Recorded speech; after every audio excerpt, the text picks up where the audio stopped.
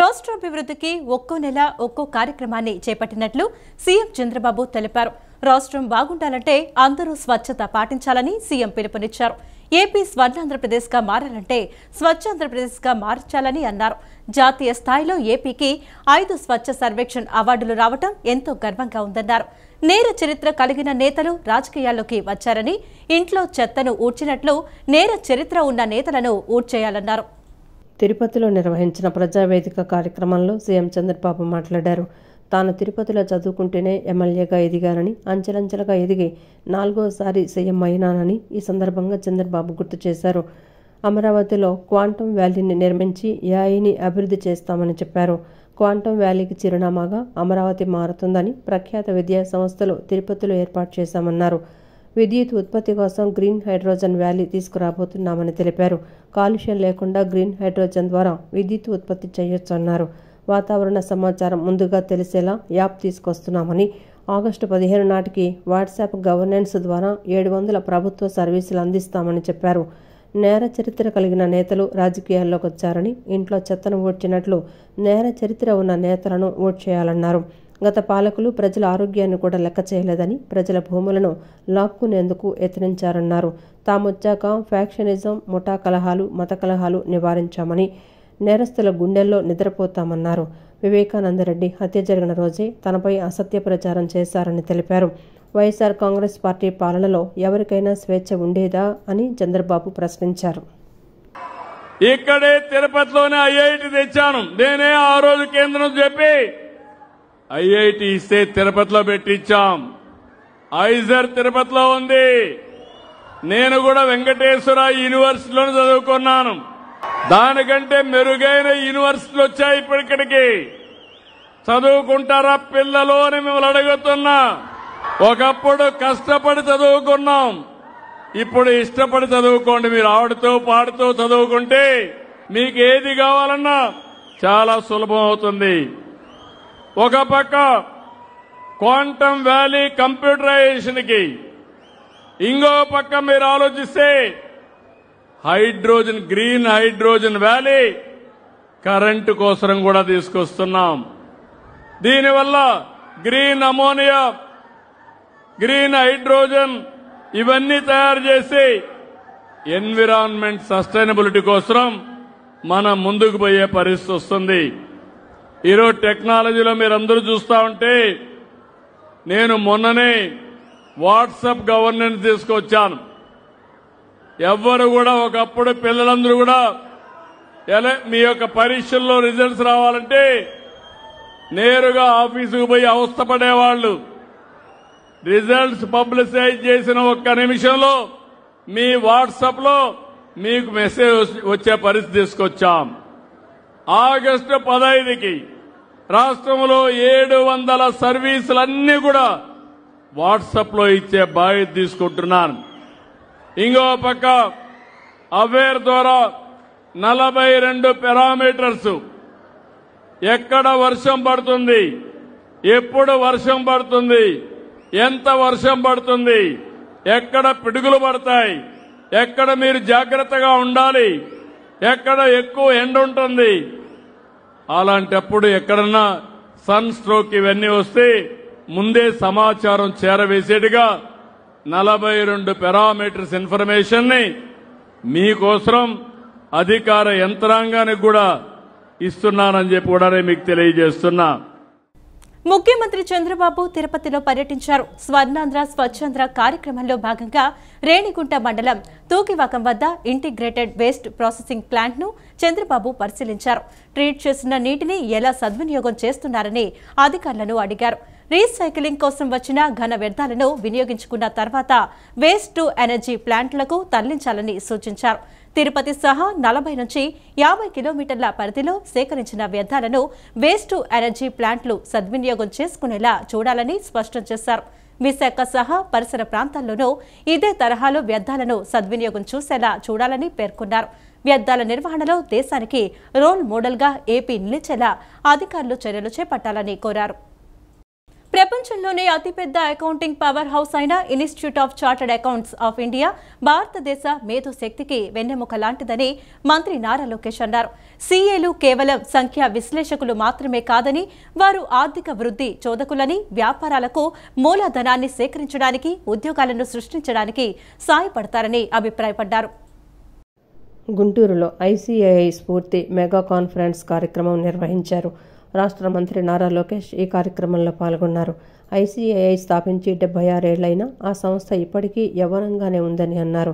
ప్రపంచంలో forensic accounting ప్రమాణాలతో పనిచేస్తున్న మొట్టమొదటి సంస్థగా గుర్తింపు పొందిన ఐసీఐఐ ద్వారా 10 లక్షల మందికి పైగా చార్టెడ్ అకౌంటింగ్ విద్యను నేర్చుకుంటున్నారని తెలిపారు. సీఏలు కేవలం సంఖ్యా విశ్లేషకులు మాత్రమే కాదని, వారు ఆర్థిక వృద్ధి చోదకులని, వ్యాపారాలకు మూలధనాన్ని సేకరించడానికి, ఉద్యోగాలను సృష్టించడానికి సాయపడతారని అభిప్రాయపడ్డారు. సీఏల ఇన్పుట్లకు విలువ ఇస్తామన్న లోకేష్ పాలనా నిర్ణయాలలో వారి సూచనలను పరిగణలోకి తీసుకుంటామన్నారు. గుంటూరు నగరాన్ని భారతదేశ చార్టెడ్ అకౌంటెంట్స్ ఫ్యాక్టరీగా లోకేష్ అభివర్ణించారు. గుంటూరు వైద్యులు, ఇంజనీర్ల కన్నా ఎక్కువగా సీఏలను తయారు చేస్తోందని తెలిపారు. Electronics manufacturing is in Kadapa and Chittoor district. We are also getting Rayalaseema steel plant now to Kadapa. Nellore has amazingly diversified manufacturing companies already. If you look at the entire Prakasam district, compressed biogas is our focus area. Of course, Guntur and Krishna district are centric around our capital city. This is going to be the Quantum Valley hub for South Asia. The first quantum computer will be coming here in the month of January. I'm sure all of you must be thinking, what is quantum computing? That's exactly what I thought. I went to ChatGPT and it answered my questions. And East-West Godavari will be our aqua hub. North Andhra, Srikakulam, Vijayanagaram, Visakhapatnam is going through an amazing transformation. The new Bogapur airport is going to be launched. Massive investments in the pharma sector is coming there. I'm sure all of you heard TCS, Cognizant, and even companies like ANSR, which create spaces for GCCs, are now coming to Visakhapatnam. India's largest steel plant, ArcelorMittal, is landing up south of Visakhapatnam in Anakapalli. Now, why am I sharing this with you? I'm sharing this with you so that you understand where opportunities are. Today, Andhra's contribution in India's GDP is 4.85%. But by 2047, we want it to be 6.6%. ఉమ్మడి రాష్ట్రంలోనే ఒక ఆదర్శవంతమైన బ్యాంకుగా KDCC bank ఉందని Vijayawada MP Kesineni Sivanath అన్నారు. సుమారు 2,000 కోట్ల లాభాలతో నడుస్తున్న ఈ బ్యాంకు వల్ల ఎంతో మంది రైతులకు ఉపయోగపడుతుందన్నారు. గుడదల ప్రాంతంలో కూడా క్రమక్రమేణా అభివృద్ధి చెందుతూ స్థానిక రైతులకు మేలు జరగాలని ఆకాంక్షించారు. తెలుగుదేశం, జనసేన, బీజేపీ ప్రజల చెంతనే ఉంటాయి కాబట్టి తమను ఆదరిస్తున్నారని చెప్పారు. సమస్యలను తెలుసుకుని ప్రభుత్వం దృష్టికి తీసుకువెళ్లి వాటిని పరిష్కరించడానికి సుపరిపాలనలో తొలి అడుగు కార్యక్రమం దోహదపడుతుందన్నారు. విజయవాడ తూర్పు నియోజకవర్గం గుణదల పాత పంచాయతీ ఆఫీసులో ది గుణదల ప్రాథమిక వ్యవసాయ సహకార పరపతి సంఘం పాలకవర్గ మండల ప్రమాణ స్వీకార కార్యక్రమం ఈరోజు జరిగింది. విజయవాడ ఎంపీ కేశినేని శివనాథ్, ఎమ్మెల్యే గద్దె రామ్మోహన్ రావు సమక్షంలో గుణదల ప్రాథమిక వ్యవసాయ సహకార పరపతి సంఘం చైర్మన్గా యలమంచిలి రాజేంద్ర ప్రసాద్ పండు, డైరెక్టర్లుగా రాజులపాటి సూర్యనారాయణ, గుత్తికొండ కృష్ణమోహన్ పదవీ బాధ్యతలు చేపట్టారు. ఈ కార్యక్రమానికి జోన్ ఇన్ఛార్జి మాజీ ఎమ్మెల్సీ మంతెన సత్యనారాయణరాజు, టీడీపీ రాష్ట్ర కార్యనిర్వాహక కార్యదర్శి బొప్పన భవకుమార్, జనసేన ఎన్టీఆర్ జిల్లా అధ్యక్షుడు సామినేని ఉదయభాను, తూర్పు నియోజకవర్గం ఇన్ఛార్జి అమ్మిశెట్టి వాసు పాల్గొని నూతన పాలకవర్గ సభ్యులను అభినందించారు. ఈ సందర్భంగా ఎంపీ కేశినేని శివనాథ్ మాట్లాడుతూ కృష్ణా జిల్లా కేడీసీసీ బ్యాంకుకు అనుబంధంగా విజయవాడలో ఉన్న ఏకైక సొసైటీ ది గుణదల ప్రాథమిక వ్యవసాయ సహకార పరపతి సంఘం అని పేర్కొన్నారు. కేడీసీసీ బ్యాంకు 7,000 కోట్ల టర్నోవర్ కలిగి అత్యధిక లాభాలు గడిస్తోందన్నారు. సహకార సంఘాల్లో గుజరాత్ రాష్ట్రం దూసుకు వెళ్తోందని, గుజరాత్ రాష్ట్రాన్ని ఆదర్శంగా తీసుకొని ఆంధ్ర రాష్ట్రంలోని సహకార సంఘాల బ్యాంకులు ముందుండే విధంగా కృషి చేయాలన్నారు. ఉమ్మడి రాష్ట్రంలో కేడీసీసీ బ్యాంకుకున్న గుర్తింపు వ్యవస్థ మరి దేనికి లేదన్నారు. కృష్ణా జిల్లా సహకార సంఘాలు బ్యాంకులన్నింటిలో కూడా కృష్ణా జిల్లా కేడీసీసీ బ్యాంకు ఒక రాష్ట్రంలో, ఉమ్మడి రాష్ట్రంలోనే ఒక ఆదర్శమైన బ్యాంక్గా ఉంది. సుమారు 2000 కోట్ల లాభాలతో నడుస్తున్న ఈ బ్యాంకు వల్ల ఎంతోమంది రైతులకు ఉపయోగపడుతుంది. ఈ గుణదల ప్రాంతంలో కూడా ఇది క్రమక్రమేణా అభివృద్ధి చెంది ఈ ప్రాంతంలో ఉన్న రైతుల అభివృద్ధి కృషి చేస్తున్నందుకు ఈ బ్యాంకులో చైర్మన్గా ఎలక్ట్ అయిన పండు గారికి, రాజేంద్ర ప్రసాద్ గారికి కంగ్రాచులేషన్స్, కార్యవర్గానికి కంగ్రాచులేషన్స్ తెలియజేసుకున్నాం. అంతేకాకుండా సుపరిపాలన, మేము అధికారంలో ఉన్నా ప్రతిపక్షంలో ఉన్నా ప్రజల వద్దకే వెళ్తాం. అధికారంలో ఉన్నప్పుడు ప్రజల సమస్యలు పరిష్కరించడానికి వెళ్తాం, ప్రతిపక్షంలో ఉన్నప్పుడు ప్రజల సమస్యల మీద పోరాడటానికి వెళ్తాం. తెలుగుదేశం కానీ, కూటమి ప్రభుత్వం కానీ, జనసేన కానీ, భారతీయ జనతా పార్టీ కానీ ఎప్పుడు కూడా ప్రజల చెంతనే ఉంటుంది. కాబట్టి ప్రజలు ఇంత మమ్మల్ని భారీగా ఆదరించుకున్నారు. ఇవాళ మేము కూటమి ప్రభుత్వం మొదలై సంవత్సర కాలంలో ఎన్నో సంక్షేమ అభివృద్ధి కార్యక్రమాలు చేశాం. వీటిలన్నిటిని ప్రజల వద్దకి సరిగ్గా వెళ్తున్నాయా లేదా, ఎక్కడెక్కడైనా చిన్న పొరపాట్లు ఉంటే మా విస్తృతమైన టెక్నాలజీని వాడుకుని, మా విస్తృతమైన కార్యకర్తల యంత్రాంగాన్ని వాడుకుని సమస్యల్ని ప్రభుత్వం దృష్టికి తీసుకురావాలని. అనంతరం ఎమ్మెల్యే గద్దె రామ్మోహన్ మాట్లాడుతూ బాధ్యతలు స్వీకరించిన నూతన పాలకవర్గ సభ్యులకు శుభాకాంక్షలు తెలిపారు. గుణదల ప్రాథమిక వ్యవసాయ సహకార పరపతి సంఘం చైర్మన్ యలమంచిలి రాజేంద్ర ప్రసాద్ మాట్లాడుతూ 1925లో పుట్టిందని చెప్పారు. తాను ఈ సొసైటీకి 21 సంవత్సరాలు అధ్యక్షుడిగా పనిచేశానని, మళ్లీ ఇప్పుడు అధ్యక్షుడిగా ఎన్నికయ్యానని చెప్పారు. ఈ సొసైటీకి 4 కోట్ల టర్నోవర్ ఉందని, కర్షక మిత్ర రుణాలు ఎకరానికి 6 లక్షలు, రైతు నేస్తం రుణాలు ఎకరానికి 8 లక్షల రూపాయలు ఇవ్వటం జరిగిందన్నారు. ఈ సొసైటీకి అధ్యక్షులుగా ఉంటూ మరొకసారి నిర్ణయించబడ్డ పున్నన్నకి మనస్ఫూర్తిగా శుభాకాంక్షలు తెలియజేస్తూ, అదేవిధంగా కృష్ణమోహన్ గారికి, సూర్యనారాయణ గారికి ఇద్దరు కూడా అభినందన తెలియజేస్తున్నాం. ప్రత్యేకంగా పాతూరు రామారావు గారి స్థలం ఇచ్చి చక్కటి బిల్డింగ్ నిర్మాణానికి ఉపయోగించిన వారికి కూడా మనస్ఫూర్తిగా కృతజ్ఞతలు. గుణదలు అంటే గ్రామ ప్రజలు విజయబాబు గారు కనపడుతున్నారు. అంటే ప్రజలందరూ కూడా ఇక్కడ ఉన్నారు. అనంతరం డైరెక్టర్ గుత్తికొండ కృష్ణమోహన్ మాట్లాడుతూ 100 సంవత్సరాల చరిత్ర కలిగిన సహకార సంఘానికి డైరెక్టర్గా ఎన్నిక కావటం సంతోషంగా ఉందన్నారు. సంఘం అభివృద్ధికి కృషి చేస్తామన్నారు. ఈ గుణదల సహకార బ్యాంకు 100 సంవత్సరాల నుంచి ఉందండి. ఇది 100వ సంవత్సరం అండి. ఇది 100వ సంవత్సరం సెలబ్రేషన్ కూడా చేసుకున్నాము ఇవాళ. అలాగే మా ప్రమాణ స్వీకారం కూడా జరిగింది ఇవాళ. చాలా బాగా జరగటం జరిగింది. అలాగే ఈ బ్యాంకు టర్నోవర్ దగ్గర 4 కోట్లు టర్నోవర్ ఉంది.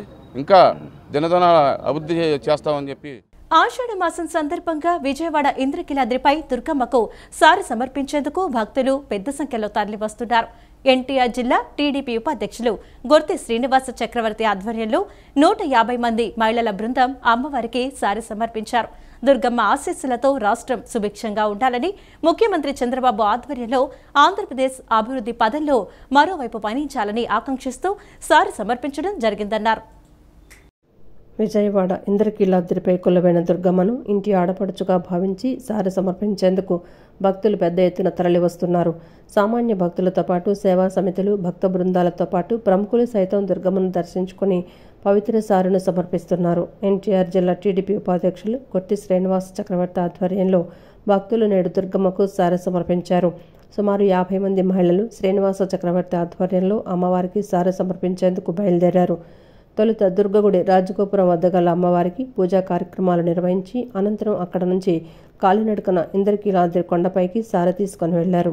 అమ్మవారిని దర్శించుకొని పవిత్ర సారెను సమర్పించారు. ప్రధాన ఆలయంలో అమ్మవారిని దర్శించుకొని మహామండపం 6వ అంతస్తులో పూజా కార్యక్రమంలో పాల్గొని అమ్మవారి ఉత్సవ విగ్రహం వద్ద అమ్మవారికి సారె సమర్పించారు. ఈ సందర్భంగా శ్రీనివాస చక్రవర్తి మాట్లాడుతూ గత 5 సంవత్సరాలుగా అమ్మవారికి సారె సమర్పిస్తున్నట్లు తెలిపారు. మన ఇంటి ఆడబిడ్డకు సారె ఎలా ఇస్తామో అదేవిధంగా అమ్మవారిని తమ ఇంటి ఆడబిడ్డగా భావించి సారె సమర్పిస్తున్నామని చెప్పారు. 40 రకాల వస్తువులు తీసుకొనొచ్చామని అన్నారు. అమ్మవారి కృప, దయ అందరిపై ఉండాలని, రాష్ట్రం సుభిక్షంగా ఉండాలని అమ్మవారిని కోరుకున్నట్లు తెలిపారు. ముఖ్యమంత్రి చంద్రబాబు నేతృత్వంలో ఆంధ్రప్రదేశ్ అభివృద్ధి దిశగా ముందుకు వెళ్తుందని అన్నారు.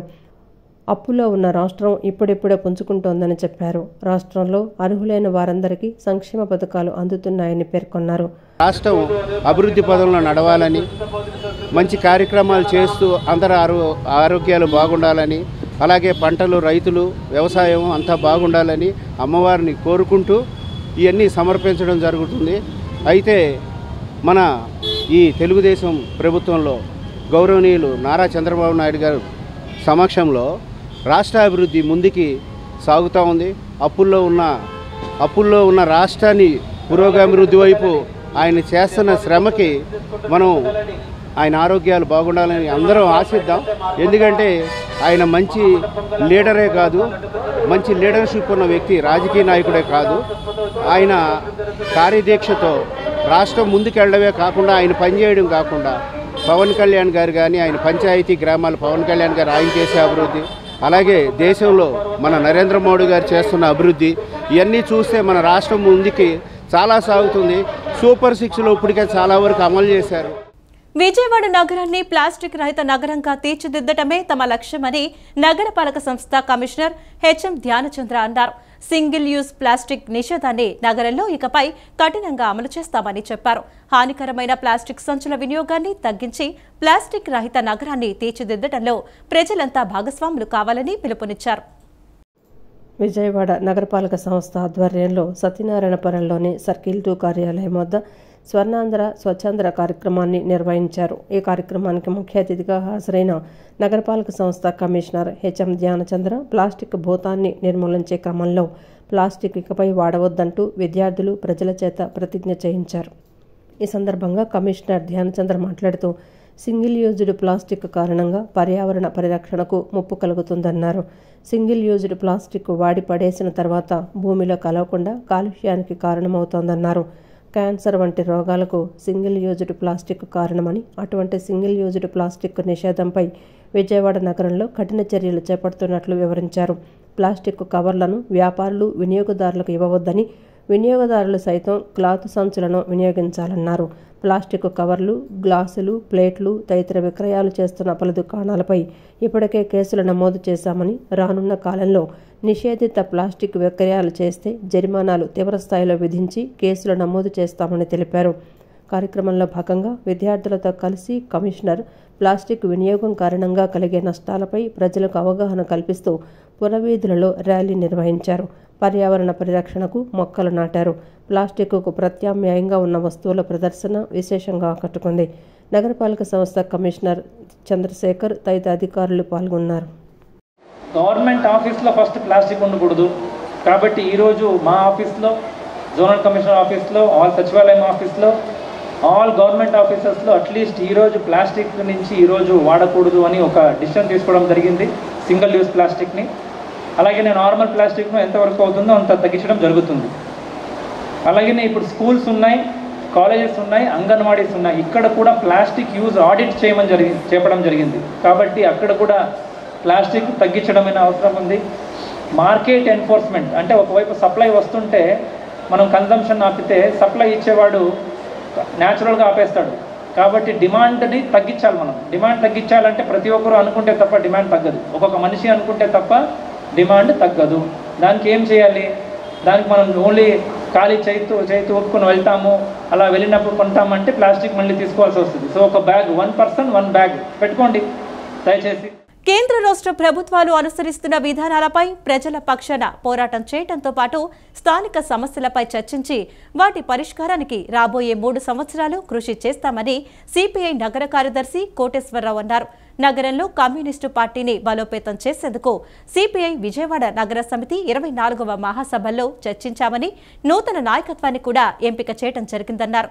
91 మందితో నూతన కౌన్సిల్ను, 21 మందితో కార్యవర్గం, 7గురిని ఆహ్వానితులుగా మరియు 11 మందితో నూతన కార్యవర్గాన్ని ఏకగ్రీవంగా ఎన్నుకోవడం జరిగిందన్నారు. భారత కమ్యూనిస్టు పార్టీ విజయవాడ నగర సమితి 24వ మహాసభల్లో తీసుకున్న నిర్ణయాలను వివరించేందుకు హనుమాన్పేటలోని దాసరి భవన్లో విలేకరుల సమావేశం నిర్వహించారు. సమావేశంలో సిపిఐ నగర కార్యదర్శి కోటేశ్వరరావు మాట్లాడుతూ కొండ ప్రాంతంలోని రెవెన్యూ ఇళ్ల పట్టాలకు నామమాత్రపు ధరకు రిజిస్ట్రేషన్స్ చేయాలని, బొడమేరు వరద ముంపు వల్ల తరచూ ముంపునకు గురవుతున్న ప్రాంతాలకు రక్షణ కల్పించేందుకు ఆపరేషన్ బొడమేరు అమలు చేయాలని కోరారు. నగరంలో ట్రాఫిక్ పెరిగిన నేపథ్యంలో అవసరమైన ప్రదేశాలలో ట్రాఫిక్ సిగ్నల్స్ ఏర్పాటు, ఫ్లైఓవర్ల నిర్మాణం చేపట్టాలని, ముఖ్యంగా సింగునగర్, పాయకాపురం, కంట్రిక ప్రాంతాలలో తరచూ ఎదురవుతున్న ట్రాఫిక్ సమస్యను నివారించేందుకు 2వ ఫ్లైఓవర్, కృష్ణలంక, బ్రహ్మరాంబాపురం ప్రాంతాల్లో అండర్ పాస్ టెర్మినల్స్ నిర్మాణం ద్వారా ట్రాఫిక్ నియంత్రించాలన్నారు. పాతబస్తీలోని షేక్ రాజా హాస్పిటల్ను 100 పడకల స్థాయికి పెంచి అభివృద్ధి చేసి ప్రజలకు మెరుగైన వైద్య సేవలు అందించాలన్నారు. విద్యుత్ సంస్కరణల పేరుతో ప్రజలపై భారాలను మోపుతున్న విద్యుత్ సర్దుబాటు ఛార్జీలను స్మార్ట్ మీటర్ల ఏర్పాటును ఉపసంహరించుకోవాలని అన్నారు. కూటమి ప్రభుత్వం ఎన్నికల్లో ఇచ్చిన హామీల మేరకు నగరాల్లో 2 సెంట్లు, గ్రామాలలో 3 సెంట్లు ఇళ్ల స్థలం కేటాయించి ఇళ్ల నిర్మాణానికి 5 లక్షలు కేటాయించి ఇల్లు లేని పేదలకు సొంత ఇంటి కల నెరవేర్చాలన్నారు. విజయవాడ నగరంలో కమ్యూనిస్టు పార్టీని మరింత బలోపేతం చేసేదానికోసం మహాసభల్లో చర్చించాం. ఆ వైపుగా నూతన నాయకత్వాన్ని కూడా ఎంపిక చేయటం జరిగింది. ముఖ్యంగా 91 మందితోటి కౌన్సిల్ సభ్యులు, అలాగే 21 మంది కార్యవర్గ సభ్యులు, 11 మంది కార్యదర్శి వర్గ సభ్యులతోటి నగర పార్టీ నాయకత్వం ఎన్నుకోవటం అనేది మహాసభలో జరిగింది. ఫ్లైఓవర్ చూసినట్లయితే చాలా ట్రాఫిక్ సరిపోయినటువంటి పరిస్థితి, పెరిగినటువంటి జనాభాను దృష్టిలో ఉంచుకొని సింగనగర్, ప్రకాష్ నగర్, అలాగే నున్న దగ్గర నుంచి వచ్చేటటువంటి ట్రాఫిక్ని నియంత్రణ చేసేటటువంటి దానికోసం 2వ ఫ్లైఓవర్ నిర్మాణం చేపట్టాలని, నగరంలో మా ప్రజల యొక్క ఇబ్బంది లేకుండా చేయాలనేటటువంటిది మహాసభలో తీర్మానం చేయటం జరిగింది. ఎన్నికల ముందు కూటమి ప్రభుత్వం నగరాల్లో 2 సెంట్ల ఇల్లు, గ్రామాల్లో 3 సెంట్లు స్థలం కేటాయిస్తామని చెప్పి దాని నిర్మాణానికి కూడా ప్రభుత్వం చర్యలు చేపడుతుందని చెప్పారు. ఇప్పుడు ఇక వచ్చి 1 సంవత్సరం అవుతా ఉన్నది. ఈ సంవత్సరం కాలంలో ఇల్లు లేనటువంటి వారి ఇల్లు కేటాయించేటటువంటి దానికోసం ప్రభుత్వం చర్యలు తీసుకున్నటువంటి దాన్ని గ్రహించాం. ఈ ప్రభుత్వం రాబోయేటటువంటి కాలంలో పేదవారి సొంత ఇంటి కల నెరవేర్చేటటువంటి దానికోసం నగరాల్లో 2 సెంట్లు, వాటికి నిర్మాణానికి 5 లక్షల రూపాయల వ్యయాన్ని కేటాయించి ఆదుకోవాలనేటటువంటిది. వాసవి క్లబ్ ఇంటర్నేషనల్ ఆధ్వర్యంలో ఈ నెల 21న విజయవాడలో భారీ జాతీయ పతాక ప్రదర్శన నిర్వహించనున్నట్లు ఆ సంస్థ పూర్వపు అధ్యక్షులు వేముల హాజరత్తయ్య గుప్తా తెలిపారు. 5,000 మంది విద్యార్థులు పాల్గొని వీరంతా కలిసి 3,600 అడుగుల జాతీయ పతాకాన్ని విజయవాడ భవానీపురం చర్చ్ సెంటర్ నుండి స్వాతి థియేటర్ వరకు భారీ ప్రదర్శన నిర్వహిస్తామని వెల్లడించారు. విజయవాడ ఎంపీ కేశినేని శివనాథ్ చిన్నితో పాటు విజయవాడ ఎమ్మెల్యేలు ఈ కార్యక్రమాన్ని ప్రారంభిస్తారని ఆయన పేర్కొన్నారు. వాసవి క్లబ్ ఇంటర్నేషనల్ ఆధ్వర్యంలో ఈ నెల 21న విజయవాడలో భారీ జాతీయ పతాక ప్రదర్శన నిర్వహించనున్నారు. ఈ మేరకు భవానీపురంలోని ఆర్యవైశ్య కార్పొరేషన్ కార్యాలయంలో ఏర్పాటు చేసిన విలేకరుల సమావేశంలో ఆ సంస్థ పూర్వపు అధ్యక్షులు వేముల హజరతయ్య గుప్తా మాట్లాడుతూ ఈ కార్యక్రమం భవానీపురం చర్చి సెంటర్ నుండి ఉదయం 9 గంటలకు ప్రారంభమై స్వాతి థియేటర్ వరకు జరుగుతుందని, ఈ కార్యక్రమంలో 5,000 మంది విద్యార్థులు పాల్గొననున్నారని, వీరంతా కలిసి 3,600 అడుగుల జాతీయ పతాకాన్ని ప్రదర్శించనున్నట్లు తెలిపారు. విద్యార్థులలో దేశభక్తిని పెంపొందించే ఉద్దేశంతో ఈ కార్యక్రమాన్ని రూపొందించామని ఆయన తెలిపారు. విద్యార్థుల్లో దేశం పట్ల, దేశ సమైక్యత పట్ల అవగాహన కల్పించేందుకు ప్రయత్నిస్తున్నామని అన్నారు. వాసవి క్లబ్స్ ఇంటర్నేషనల్ అనేక సేవా కార్యక్రమాలు చేపడుతోందని, కులమతాలకు అతీతంగా సేవలు అందిస్తోందని ఆయన చెప్పారు. ఇటీవల ఆపరేషన్ సింధూర్ సమయంలో సైనికులకు విరాళం అందించడాన్ని గుర్తు చేశారు.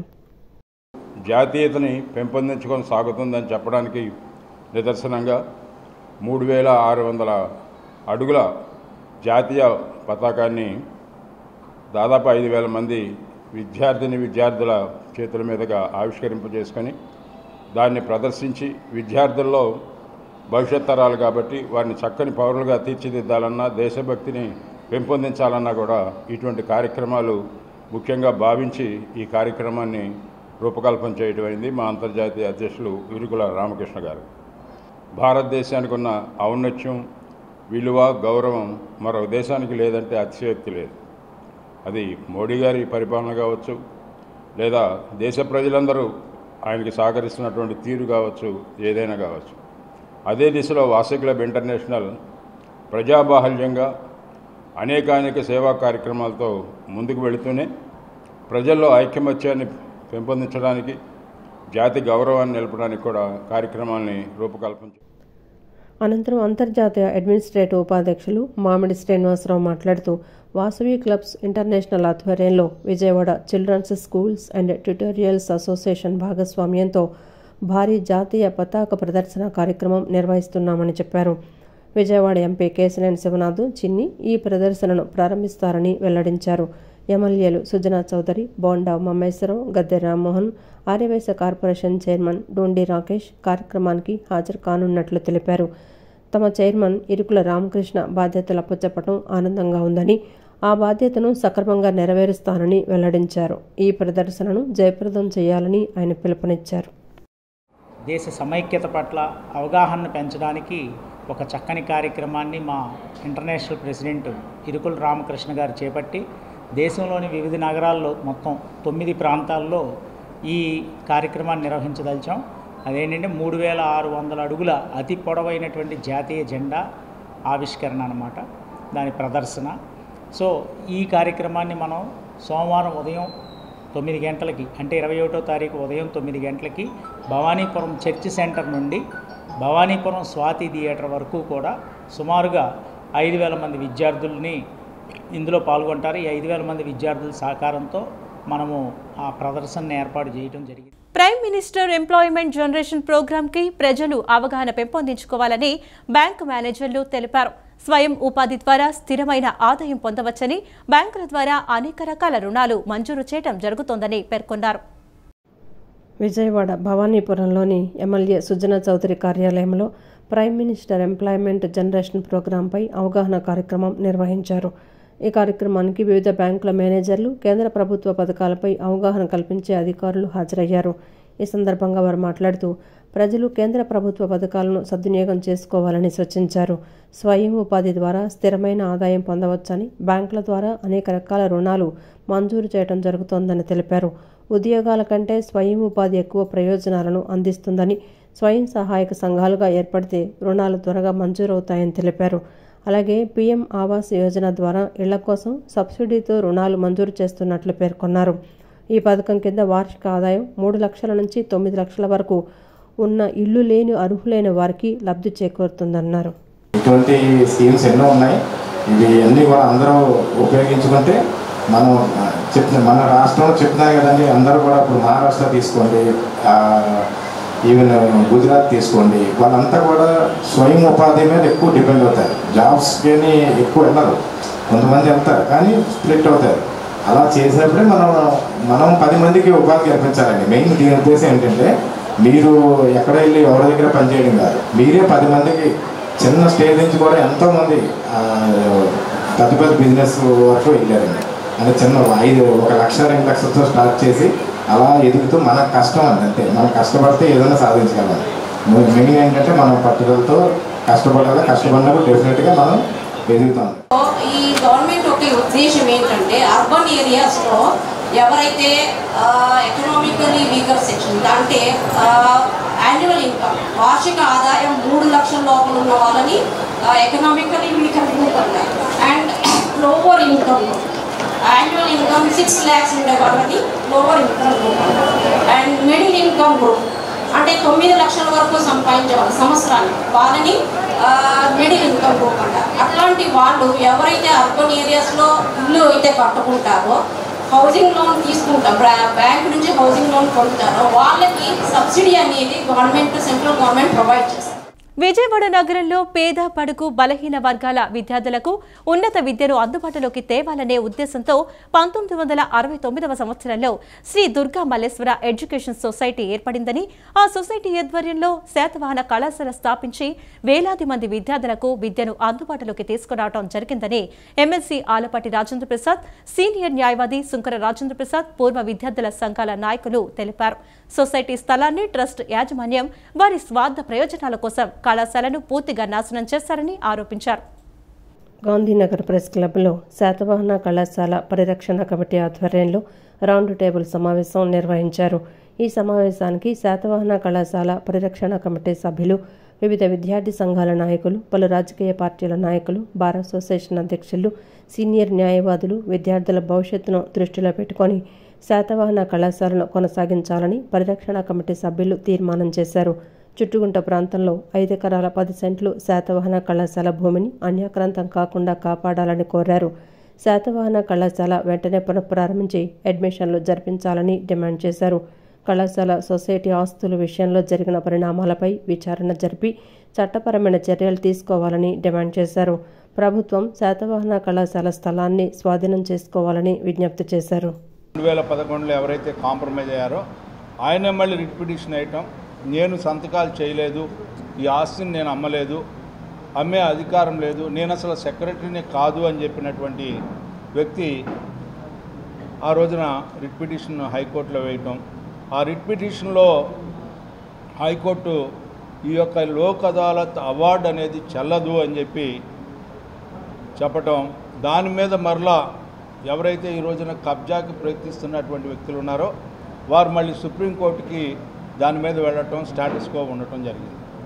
ఇక్కడ విచిత్రం ఏమిటంటే ఎవరైతే గెలిచామో ఆ గెలిచిన నేపథ్యంలో సుప్రీంకోర్టులో ఎవరైతే దాని మీద ఎస్ఎల్పి వేశారో వారు గెలిచిన వ్యక్తి ఇద్దరు కూడా నాకు తెలియదు, ఆ రోజు ఉన్నటువంటి కార్యదర్శి ప్రోత్సాహంతో భయంతో నేను చేయాల్సిన పరిస్థితి వచ్చింది, నా ఆరోగ్యం బాగోలేదు, అందుకే నేను గెలిచిన జడ్జిమెంట్ను కూడా నేను విత్డ్రా చేసుకుంటున్నానని చెప్పడం అనేది ఇక్కడ ఒక ఆశ్చర్యకరమైనటువంటి సంఘటన. ఎందుకంటే ప్రభుత్వ ఆస్తి లేకపోతే సొసైటీ ఆస్తి అనేది ఒక పక్కన ఉంటే ఆ యొక్క ఆస్తిని కాపాడాల్సినటువంటి సొసైటీ, దానికి బాధ్యత వహించాల్సినటువంటి వ్యక్తులు గెలిచిన తర్వాత కూడా నాకు అవసరం లేదు అని చెప్పి కుమ్ముక్క అయిపోయి ఈ రోజున ఆ యొక్క రిట్ పిటిషన్ను విత్డ్రా చేసుకోవడం వల్ల మనం ఏదైతే గెలిచామో లోక్ అదాలత్ అవార్డుని ఏదైతే కొట్టేశారో మళ్ళీ లోక్ అదాలత్ అవార్డు వచ్చింది అటుగా భావించాల్సిన అవసరం ఉంది. సో అదే సొసైటీకి కార్యదర్శిని చెప్పుకునే ఒక ఆయన ఏంటంటే సహకరించడం, వాళ్ళిద్దరూ కుమ్మక్క ఏంటంటే న్యాయస్థానం నుంచి ఒక తీర్పు పొందారు. కానీ ఆ తీర్పు వీళ్ళు కుమ్మక్క ఏంటన్నట్లయితే ఒక ప్రభుత్వ ఆస్తిని కబ్జా చేయడానికి కూడా ఒక విధంగా ప్రయత్నం చేశారు. ఎందుకన్నట్లయితే అర్బన్ ల్యాండ్ సీలింగ్ ప్రకారం ఈ భూమి అమ్మినటువంటి వాళ్ళకి కాదు అనేటువంటిది ఎప్పుడోనే ఒక తీర్పు వచ్చింది. తర్వాత సొసైటీ ఈ ఆస్తి మాది అని చెప్పి కూడా అర్బన్ ల్యాండ్ సీలింగ్లో డిక్లరేషన్ ఇవ్వడం జరిగింది. అప్పుడు అర్బన్ ల్యాండ్ సీలింగ్ అథారిటీస్ విచారించి ఏం చెప్పారన్నట్లయితే ఇది సొసైటీ భూమేను, కానీ సొసైటీ కనుక ఈ ఆస్తిని ఎవరికన్నా అన్యాక్రాంతం చేయాలన్నా అమ్మాలన్నా బహుకరించాలన్నా ప్రభుత్వ అనుమతితోనే చేయాలి తప్పితే వీళ్ళంతటా వీళ్ళు చేయడానికి వీలు లేదు అని కూడా ఒక తీర్పు చెప్పడం జరిగింది. మనం సంపాదించే సొమ్మును కొంతైనా సమాజ సేవకు ఖర్చు చేసినప్పుడే మన జీవితానికి సార్థకత చేకూరుతుందని, అలాంటి సాయం చేస్తున్న ఇస్లాం దూదేకుల కమిటీ సభ్యులు మన స్ఫూర్తిదాయకంగా నిలుస్తున్నారని ఉభయ రాష్ట్రాల ఎంబీసీ గౌరవ అధ్యక్షుడు మన భూమి ఇన్ఫ్రా ప్రమోటర్ అండ్ డెవలపర్స్ అధినేత డాక్టర్ ఆకుమళ్ల నాని అన్నారు. పేద అనాథ పిల్లల ఉన్నత చదువుల నిమిత్తం ప్రతి సంవత్సరం ఆర్థిక తోడ్పాటును అందిస్తామని తెలిపిన ఇస్లాం దూదేకుల కమిటీ సభ్యులందరికీ కృతజ్ఞతలు తెలియజేస్తున్నట్లు తెలిపారు. నగరంలోని పటమట పంటకాలువ రోడ్డులో గల మన భూమి ఇన్ఫ్రా ప్రమోటర్ అండ్ డెవలపర్స్ కార్యాలయం నందు ఇస్లాం దూదేకుల కమిటీ ద్వారా 10,000 రూపాయల నగదును అనాథ బాలిక షేక్ హనీఫాకు ఆకుమళ్ల నాని చేతుల మీదుగా అందజేశారు. పాప ఉన్నత చదువుల నిమిత్తం ప్రతి సంవత్సరం ఆర్థిక తోడ్పాటును అందజేస్తామని ఇస్లాం దూదేకుల కమిటీ సభ్యులందరికీ డాక్టర్ ఆకుమళ్ల నాని కృతజ్ఞతలు తెలియజేశారు. డాక్టర్ నాని మాట్లాడుతూ ఆంధ్రప్రదేశ్ రాష్ట్రంలో పేద విద్యార్థులను ఆదుకుంటున్న ఇస్లాం దూదేకుల కమిటీ సభ్యుల సహకారం మరువలేనిదని అన్నారు. తల్లిదండ్రులు లేని అనాథ పిల్లలకు సాయం చేయటం స్వయంగా దేవుడికి సేవ చేసినంత పుణ్యం దక్కుతోందన్నారు. నిరుపేద కుటుంబం నుంచి తల్లిదండ్రులని కోల్పోయిన అనాథ బాలికని గత 2 సంవత్సరాలుగా వీళ్ళు వాళ్ళ సొంత నిధులతో సొంత ఖర్చులతో ఈ అమ్మాయి చదువు నిమిత్తం ఇస్లాం దూదేకుల కమిటీ వారు అమ్మాయిని చదివించడం, వారి బాధ్యత తీసుకొని చక్కగా అమ్మాయికి చదువుని అందిస్తున్నందుకు వారికి నా హృదయపూర్వక కృతజ్ఞతలండి. ముందుగా ఈరోజు ఈ పాపకి కె అల్లా బక్ష్ గారు ప్రధాన కార్యదర్శి మరియు కోశాధికారి, ఆయన ఈ పాప నిమిత్తం ఒక 10,000 రూపాయల ఆర్థిక సాయం అందించడం జరిగిందండి. తర్వాత రాయపాటి నబీ సాహెబ్ గారు గౌరవ అధ్యక్షులు, మన్నూర్ చాంద్ బాషా గారు ప్రెసిడెంటు, మళ్ళీ Vempalli Mahaboob Basha vice president, MBA Nagoor Babu senior advisor, S Allah Baksh కార్యదర్శి, వీళ్ళందరికీ పేరు పేరున హృదయపూర్వక ధన్యవాదాలు తెలియజేస్తున్నానండి. అనంతరం Islam Dudekula committee senior advisor MBA Nagoor Babu మాట్లాడుతూ చదువుల్లో రాణిస్తూ చదువుకోవడానికి ఆర్థికంగా ఇబ్బందులు పడుతున్న దూదేకుల పిల్లలకు ఆర్థిక తోడ్పాటు అందిస్తున్న ఇస్లాం దూదేకుల కమిటీ సభ్యులు మనందరికీ ఆదర్శంగా నిలుస్తున్నారని ప్రశంసించారు. చదువు నిమిత్తం సాయం చేసిన దూదేకుల కమిటీ సభ్యులకు పేరు పేరున కృతజ్ఞతలు తెలియజేస్తున్నట్లు అనాథ బాలిక షేక్ హనీఫా తెలిపింది. ముఖ్యంగా బాగా చదువుకున్నటువంటి పేద విద్యార్థులకి ఎప్పుడూ కూడా అండగా ఉంటున్నారు. ఎక్కడ ఆంధ్ర రాష్ట్రంలో ఎక్కడైనా సరే దూదేకుల పేదవారు బాగా చదువుకుంటున్నారో వాళ్ళ ఉన్నత విద్యాభ్యాసానికి వారి తోడ్పాటు అందిస్తున్నారు. అందరూ కలిసి ఇప్పుడు మనకి ప్రెసిడెంట్ గారు చాంద్ బాషా గారు, మన్నూరు చాంద్ బాషా గారు, అట్లానే మనకి వైస్ ప్రెసిడెంట్ గారు, తర్వాత ప్రధాన కార్యదర్శి అల్లాబక్ష్ గారు, ట్రెజరర్ గారు మరియు కమిటీ సభ్యులు అందరూ కూడా ఎవరైతే మన ఆంధ్ర రాష్ట్రంలో బాగా చదువుకునేటువంటి పేద విద్యార్థులకి ఈ ఆర్థిక సహాయం అందిస్తూ వస్తున్నారు. నా పేరు హనీఫా. ఇంత సాయం చేసినందుకు ఇస్లాం దూదేకుల కమిటీ వాళ్ళందరికీ నేను కృతజ్ఞతలు తెలియజేస్తున్నాను. కేంద్ర రాష్ట్ర ప్రభుత్వాలు తక్షణమే కులగణన జనగణన చేపట్టాలని, జనాభా దామాషా ప్రకారం రిజర్వేషన్లు కల్పించాలని డిమాండ్ చేస్తూ చలో ఢిల్లీ కార్యక్రమానికి పిలుపునిస్తున్నామని జాతీయ బీసీ సంక్షేమ సంఘం రాష్ట్ర అధ్యక్షులు బోను దుర్గా నరేష్ అన్నారు. ఈ నెల 23వ తేదీన ఢిల్లీలో బీసీ ముఖ్య నేతలు అందరితో సమావేశం ఏర్పాటు చేస్తామని, 24వ తేదీన ఢిల్లీలోనే తమ నిరసన తెలియజేస్తామని స్పష్టం చేశారు. ఈ కార్యక్రమాలలో బీసీ ఎంపీలతో పాటు వివిధ రాష్ట్రాలకు చెందిన బీసీ నేతలు పాల్గొంటారని చెప్పారు. రాబోయే ఎన్నికల్లో ఖచ్చితంగా బీసీల వాటా తేల్చాలనే ముఖ్య లక్ష్యంతో కదం తొక్కుతున్నామని ఆయన పేర్కొన్నారు. విజయవాడ గాంధీనగర్లోని ప్రెస్ క్లబ్లో ఏర్పాటు చేసిన విలేకరుల సమావేశంలో బోను దుర్గా నరేష్ మాట్లాడారు. ఈ నెల 23, 24 తేదీలలో జాతీయ బీసీ సంక్షేమ సంఘం వ్యవస్థాపక అధ్యక్షులు, రాజ్యసభ సభ్యులు ఆర్ కృష్ణయ్య పిలుపు మేరకు ఢిల్లీలో నిరసన కార్యక్రమం చేపట్టనున్నట్లు తెలిపారు. బీసీ కులగణన, బీసీలకు ఉద్యోగాలలో రిజర్వేషన్లు, రాబోయే ఎన్నికలలో బీసీల వాటా తేల్చాలనే ప్రధాన లక్ష్యాలతో ఈ కార్యక్రమం నిర్వహిస్తున్నట్లు చెప్పారు. అక్కడ జరిగే సమావేశం అనంతరం తీసుకున్న నిర్ణయాలను ప్రధాని మోడీ కేంద్ర మంత్రుల దృష్టికి తీసుకువెళ్తామని పేర్కొన్నారు. గతంలో తాము చేసిన ఉద్యమాల వలనే బీసీ బిల్లు చట్టం రూపుదాల్చే విధంగా ముందుకు వెళ్తోందన్నారు. అదేవిధంగా బీసీలపై జరుగుతున్న దాడులను తీవ్రంగా ఖండిస్తున్నట్లు చెప్పారు. బీసీలను ఎదగనివ్వకుండా టార్గెట్ చేసి దాడులు చేయడం ఏమిటని ప్రశ్నించారు. అధికారంలోకి వస్తే బీసీలకు అండగా ఉంటామని హామీ ఇచ్చి అధికారం చేపట్టగానే వారిని నిర్లక్ష్యం చేస్తున్నారని చెప్పారు. బీసీలను అక్రమ కేసుల్లో ఇరికించి ఇబ్బందులకు గురి చేస్తున్నారని మండిపడ్డారు. బీసీల భవిష్యత్తు బాగుండే విధంగా ప్రభుత్వం చర్యలు తీసుకోవాలని బోను నరేష్ విజ్ఞప్తి చేశారు. ప్రతి ఒక్కళ్ళు బీసీ రాగానే మేము బీసీలకు అది చేస్తాం ఇది చేస్తాం 100 మాటలు మాట్లాడుతున్నారా కానీ బీసీలకు జరుగుతున్న అన్యాయం మీద మాట్లాడాలని చూసినా సరే ఈ రోజున ఛానల్స్ కానీ మరికొన్ని యూట్యూబ్ ఛానల్స్ కానీ ఎలా తయారైనాయి అంటే ఒక మనిషికి అన్యాయం జరిగిందని ఎవరైనా మాట్లాడితే వాళ్ళ వ్యక్తిగత జీవితాల్లోకి వెళ్ళిపోయి ఇంట్లో ఉన్న ఆడవాళ్ళు చిన్నపిల్లలు కత్తితో చంపట్లేదనే కానీ వాళ్ళ ప్రవర్తనతో మానసికంగా చంపేస్తూ ఉన్నారు. వాళ్ళకు వాళ్ళే సూసైడ్ చేసుకొని చచ్చిపోయేలాగా మాట్లాడుతూ ఉన్నారు. ఇది ఎంత మటుకి ధర్మం? ఇలా డిపార్ట్మెంట్ కూడా ఆంధ్రప్రదేశ్ డిపార్ట్మెంట్కి ఎంతో పెద్ద పేరుంది. మంచి మంచి ఆఫీసర్స్ ఎలాంటి నిర్ణయాలు తీసుకొని మన ఆంధ్రప్రదేశ్ని ఎంత ముందుకు తీసుకెళ్ళారో అందరికీ తెలుసు. కానీ వాళ్ళు కూడా ఏ చిన్న విషయం జరిగినా సరే టక్మని తీసుకెళ్ళటం, రిమాండ్ అంటాం, 14 రోజులు 15 రోజులు ఇబ్బందులు పెట్టడం, ఇవన్నీ చూస్తూ ఉంటే నిజంగా రాజకీయాల్లోకి రావాలంటేనే యువతకి కానీ ఎవరికైనా భయం వేస్తాం. అనంతరం బీసీ సంక్షేమ సంఘం రాష్ట్ర మహిళా అధ్యక్షురాలు భీమవరపు హేమ మాట్లాడుతూ ఎన్నికల సమయంలో బీసీలను వాడుకొని అనంతరం వదిలేస్తున్నారని అన్నారు. 20% ఉన్న అగ్రకులాలు మాత్రం 80% పదవుల్లో ఉన్నారని, 80% ఉన్న బీసీలు 20% పదవుల్లో మాత్రమే ఉన్నారన్నారు. ఈ సమావేశం అనంతరం చెల్లో ఢిల్లీ పోస్టర్ను విడుదల చేశారు. ప్రతి ఎలక్షన్లు కావాల్సి వచ్చినప్పుడు ఒక బీసీ కార్డు వేసి మీరున్నారు, మీకు మేము పదవులు ఇస్తాం. పదవులు అంటే మాకేవో జీతాలు వస్తే మేమేదో ఒరిగిపోతామని కాదు.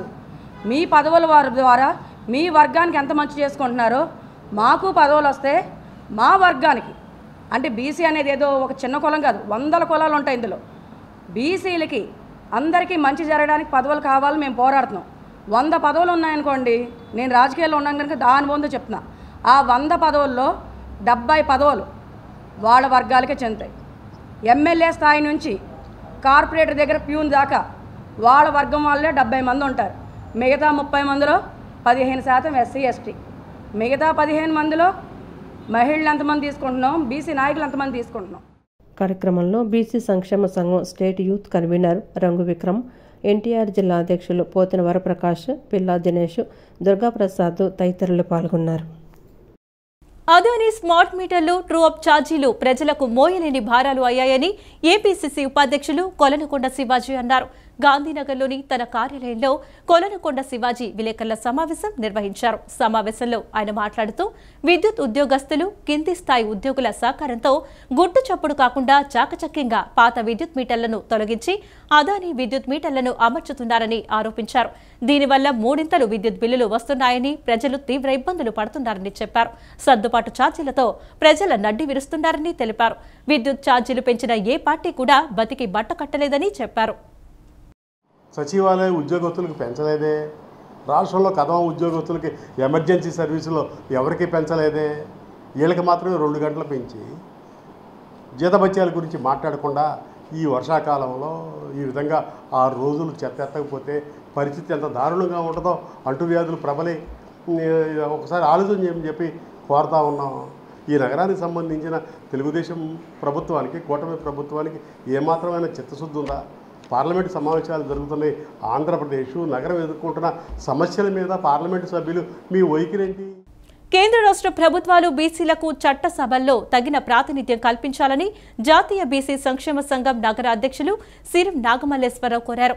ఈ నెల 17న విజయవాడ తుమ్మలిపల్ల కళాక్షేత్రంలో నిర్వహించిన జాతీయ మహాసభలు విజయవంతంగా జరిగాయని పేర్కొన్నారు. బీసీల హక్కుల కోసం నిరంతరం పోరాడుతూనే ఉంటామని ఆయన స్పష్టం చేశారు. జాతీయ బీసీ సంక్షేమ సంఘం ఆధ్వర్యంలో ఈ నెల 17న తుమ్మలపల్లి కళాక్షేత్రంలో జాతీయ మహాసభలు విజయవంతంగా జరిగాయని సిటీ అధ్యక్షులు శ్రీరం నాగమల్లేశ్వరరావు తెలిపారు. సంఘం జాతీయ అధ్యక్షులు లాకా వెంగళరావు యాదవ్ నేతృత్వంలో నిర్వహించిన ఈ మహాసభలకు రాష్ట్రం మొత్తం నుంచి వందల సంఖ్యలో బీసీ ప్రతినిధులు హాజరయ్యారని వెల్లడించారు. బస్టాండ్ సమీపంలోని జాతీయ బీసీ సంక్షేమ సంఘం కార్యాలయంలో ఏర్పాటు చేసిన విలేకరుల సమావేశంలో ఆయన మాట్లాడుతూ కేంద్ర రాష్ట్ర ప్రభుత్వాలు బీసీలకు చట్టసభల్లో తగిన ప్రాతినిధ్యం కల్పించాలని డిమాండ్ చేశారు. మహాసభల సందర్భంగా లింగంపల్లి హనుమంతరావుకు నగర కార్యదర్శిగా నియామక పత్రం అందించారు.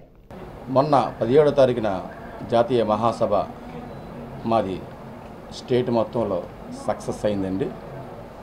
అయితే ఈరోజు మా లాగా వెంకటరావు గారి ఆదేశాల మేరకు విజయవాడ నేను సిటీ ప్రెసిడెంట్ని.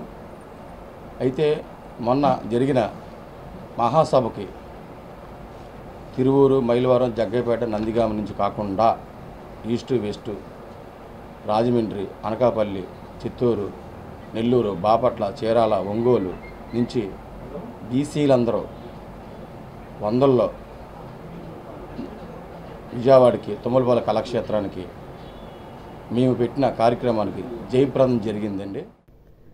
అనంతరం లింగంపల్లి హనుమంతరావు మాట్లాడుతూ దేశంలో బీసీల జనాభా గణనీయంగా ఉన్నా వారికి ఇప్పటికీ న్యాయం జరగటం లేదన్నారు. బీసీలకు రాజకీయ ప్రాధాన్యత కల్పించాలన్న లక్ష్యంతో ఈ సభను నిర్వహించామని తెలిపారు. బీసీలను చైతన్యపరిచేందుకు తాము కృషి చేస్తామని చెప్పారు. కొన్ని ప్రభుత్వాల్లో కొన్ని జరుగుతూ ఉన్నా, కొన్ని వెనకబడతామని ఈరోజు మన విజయవాడ తుమ్మలపల్లి బీసీల జాతీయ మహాసభ జరిగింది. జాతీయ మహాసభలో జాతీయ రాష్ట్ర నాయకత్వం మొత్తం కూడా వహించింది. బీసీలు ఏం చేయాలి, బీసీలు ముందు ఎలా ఉండాలి, దాని మీద చర్చించి నిర్ణయాలు చేయడం జరిగింది, తీర్మానాలు చేయడం జరిగింది. వీటన్నిటిని కూడా విజయవాడ నుంచి, ఆంధ్ర రాష్ట్రం నుంచి మేము కూడా ముందుకు తీసుకెళ్ళడానికి ప్రయత్నం చేస్తున్నాం. అలానే ఈరోజు విజయవాడ జాతీయ బీసీ సంక్షేమ సంఘం విజయవాడ సిటీ కార్యదర్శిగా నన్ను నియమించేందుకు జాతీయ నాయకులు లంకా వెంగళరావు యాదవ్ గారికి, పక్కన శ్రీరామ్ మల్లింగ్ గారికి, మల్లేశ్వర్ గారికి, ఇక్కడున్న మా సభ్యులందరూ కూడా ధన్యవాదాలు చెప్తూ అనంతరం రాష్ట్ర ఉపాధ్యక్షులు గోనుగుంట్ల హనుమంతరావు మాట్లాడుతూ దేశంలో 60% ఉన్న బీసీలకు ఇప్పటికీ సరైన రాజ్యాధికారం లభించలేదని ఆవేదన వ్యక్తం చేశారు. బీసీలంతా ఒకటై రాజ్యాధికారం కోసం కృషి చేయాల్సిన అవసరం ఉందన్నారు. అలాగే కుల వృత్తులు కనుమరుగవుతూ ఉండడాన్ని గుర్తు చేస్తూ వాటిని పరిరక్షించుకోవాలని కోరారు. ఈ బీసీ జాతీయ సంఘం నడపడానికి కారణాలు ఏంటంటే దాదాపు సమాజంలో 60% మన భారతదేశంలో కావచ్చు, రాష్ట్రంలో కావచ్చు ఉన్నాం. ఈ 60% ఉన్నప్పటికీ కూడా రాజకీయ ఊళ్ళోకి అడుగు పెట్టడానికి మాకు అవకాశం రావట్లేదు. కనుక ఈ బీసీలకి రాజ్యాధికారం రావాలంటే బీసీలందరూ కలిసి కూటమిగా ప్రభుత్వాలే నడుతున్నప్పుడు మన బీసీలు ఎందుకు కూటమిగా నడవకూడదని చెప్పి ఒక ఉద్దేశంతో, ఒక ఆలోచనతో మన డాక్టర్ లాకా వెంగళరావు గారు నిర్మించటం, దాని ద్వారాగానే మేము అందరం కూడా కమిటీలో చేరి ఈ రాజ్యాధికారం సాధించేదానికి పోరాటానికి ఈ ఒక సమావేశాన్ని జరిపాము. రిలీజ్ డేట్ దగ్గర పడడంతో మేకర్స్ ప్రమోషన్స్ స్పీడ్ పెంచారు. ఈ క్రమంలో విజయ పాల ప్యాకెట్లపై పవన్ కళ్యాణ్ ఫోటోలు ఉన్న కొన్ని ప్రచార చిత్రాలు వైరల్ అవుతున్నాయి. కాగా ఈ అంశంపై విజయ పాల డైరీ ఎండీ ఈశ్వర్ బాబు క్లారిటీ ఇచ్చారు. హరిహర వీరమల్లు మూవీ ప్రమోషన్స్ కోసం పాల ప్యాకెట్లపై పవన్ కళ్యాణ్ ఫోటోలు ముద్రించినట్లు సోషల్ మీడియాలో వైరల్ అవుతున్న పోస్టులు నిజం కాదని స్పష్టం చేశారు. ఫోటోషాప్ చేసి పాల ప్యాకెట్లపై వీరమల్లు ఫోటోలు వేశారని తెలిపారు. పవన్ కళ్యాణ్ సినిమా ప్రమోషన్స్ కోసం ఎవరూ తమను సంప్రదించలేదని, విజయ పాల డైరీకి ఆ ప్రచారంతో సంబంధం లేదని వివరణ ఇచ్చారు. ఈ ఫోటోలపై సైబర్ పోలీసులకు ఫిర్యాదు చేస్తామని చెప్పారు. విజయ డైరీకి 60 ఏళ్ల చరిత్ర ఉందని, ఎప్పటికీ తమ సంస్థ ఇలాంటి ప్రచారాలను ప్రోత్సహించదని విజయ డైరీ ఎండీ క్లారిటీ ఇచ్చారు. విజయ పాల ప్యాకెట్ స్టాండర్డ్ మిల్క్ మీద హరిహర వీరమల్లు పోస్టర్ వేసి దాంట్లో మన గౌరవనీయులు ఆంధ్రప్రదేశ్ ఉప ముఖ్యమంత్రి శ్రీ పవన్ కళ్యాణ్ గారి ఫోటో వేసి ఇది మేము వేసామని చెప్పి ప్రచారం చేస్తున్నారు. ఇది పూర్తిగా అవాస్తవం. దీనికి నిన్ననే పత్రికా ఖండన కూడా ఇవ్వడం జరిగింది. మనం పాడి రైతుల శ్రేయస్సు ప్రధాన ధ్యేయంగా వినియోగదారులకు నాణ్యమైన ఉత్పత్తులు అందిస్తూ చేసిన ఈ 60 ఏళ్ల ప్రయాణంలో ఇటువంటి వదంతులు రావటం చాలా విచారకరం. దీని మీద మేము కూడా కఠినమైన చర్యలు తీసుకుంటాం. ఎందుకంటే దీనికి వాళ్ళు చేస్తున్న ఈ ప్రచారానికి కృష్ణా మిల్క్కి ఎటువంటి సంబంధం లేదు.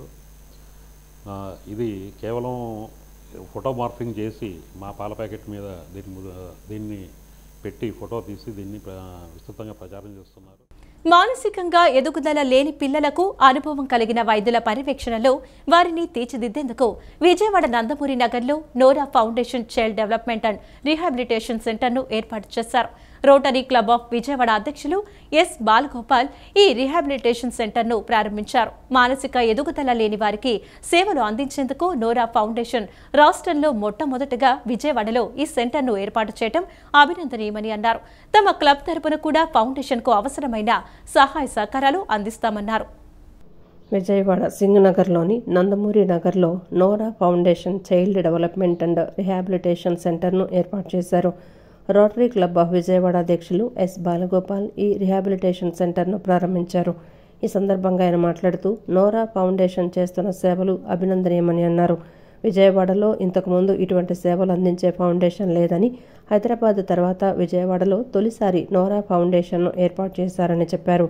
మానసిక ఎదుగుదల లేని పిల్లలకు తగిన చికిత్స చేయించేందుకు థెరపీ అందించడం ఖర్చు, శ్రమతో కూడుకున్నందున తల్లిదండ్రులు చాలా ఇబ్బందులు పడుతున్నారని అన్నారు.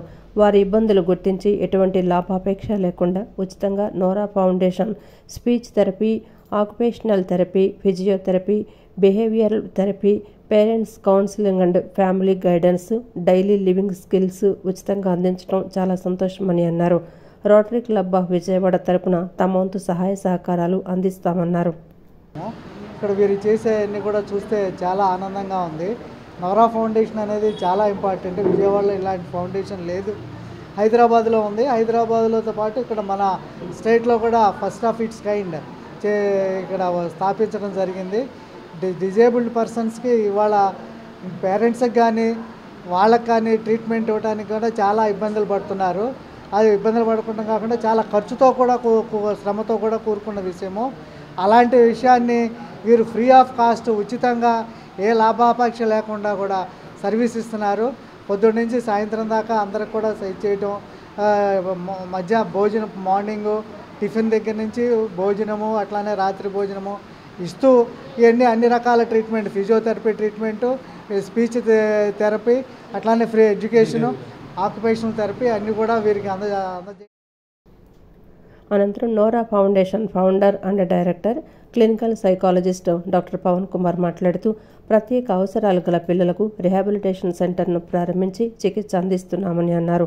60,000 నుంచి 70,000 అయ్యే చికిత్సలను హైదరాబాద్లో 100 మందికి ఉచితంగా చికిత్స చేస్తున్నామని చెప్పారు. విజయవాడలో ఇటువంటి సేవలు అందుబాటులో లేకపోవటం వల్ల హైదరాబాదు, బెంగళూరు వెళ్లాల్సిన పరిస్థితి ఉందని, చాలామంది అంత దూరం వెళ్లలేక పిల్లలకు ఎటువంటి చికిత్స అందించలేక ఇంటిలో వదిలేస్తున్నారని అన్నారు. దీన్ని గుర్తించి విజయవాడలో కూడా నోరా ఫౌండేషన్ రిహాబిలిటేషన్ సెంటర్ను ప్రారంభించామన్నారు. నోరా ఫౌండేషన్లో ఒక ఎబిలిటీ ప్రాజెక్ట్ అని ఒకటి ఎస్టాబ్లిష్ చేసి హైదరాబాద్లో అండ్ విజయవాడలో ఈ 2 స్టేట్స్లో rehabilitation centres for the special children మేము ఎస్టాబ్లిష్ చేసి వాళ్ళకి ట్రీట్మెంట్ ఇస్తున్నాము. హైదరాబాద్లో చాలా సెంటర్స్ ఉన్నాయి, అక్కడ కూడా మనము ఫ్రీ ట్రీట్మెంట్ ఇస్తున్నాం సార్. ఏదైతే 60 నుంచి 70 వేలు ఖర్చు ఏదైతే అవుతుందో దాన్ని ఉచితంగా మేము అందజేస్తున్నాం. అక్కడ 100 మంది పిల్లలు ట్రీట్మెంట్ తీసుకుంటున్నారు ప్రతిరోజు. అదేవిధంగా మనకి విజయవాడలో ఒక ఏదైనా మంచి ట్రీట్మెంట్ ఒక స్పెషలిస్ట్ దగ్గరికి వెళ్ళాలంటే వాళ్ళందరూ హైదరాబాద్ లేకుంటే బెంగళూరు వెళ్ళాల్సి ఉంటుంది.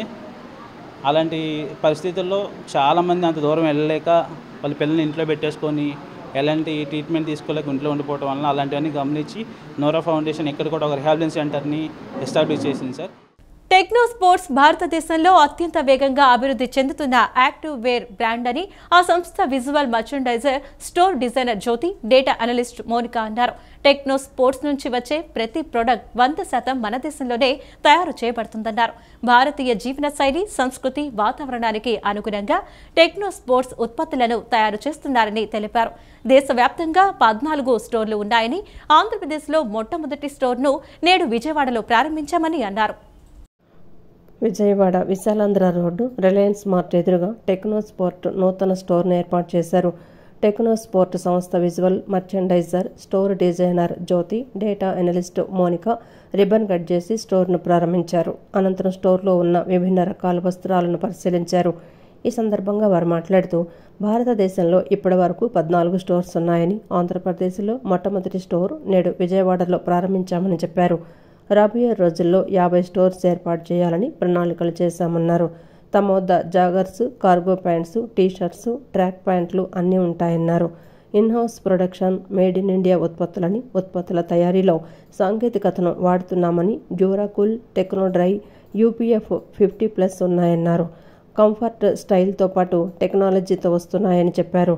విశాలమైన ప్రాంగణంలో ఏర్పాటు చేసిన తమ స్టోర్లో విస్తృత శ్రేణి వస్త్రాలు ఉన్నాయని తెలిపారు. టెక్నో స్పోర్ట్ ప్రారంభోత్సవం సందర్భంగా Vijayawada runners society, Amaravati cycle club, capital cycle club నిర్వహించిన 5K run marathon cycling event ఉత్సాహభరితంగా సాగాయని వివరించారు. స్టోర్ ప్రారంభోత్సవం సందర్భంగా ప్రత్యేక ఆఫర్లను అందిస్తున్నామని తెలిపారు. One of the growing brand, activewear brand in India, fastest growing activewear brand in India.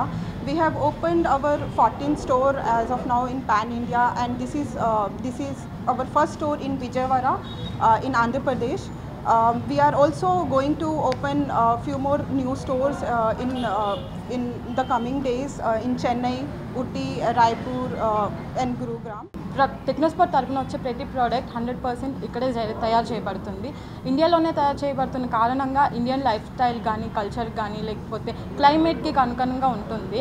And మా మైల్ స్టోన్స్ వచ్చేసి for now we have opened 14 stores. ఇప్పటి వరకు 14 స్టోర్స్ ఓపెన్ చేసాం. అండ్ ఆంధ్రప్రదేశ్లో ఇదే మా first store. Like Vijayawada is going to be the home of Andhra Pradesh for. ఈ వార్తలు ఇంతటితో సమాప్తం. నమస్కారం.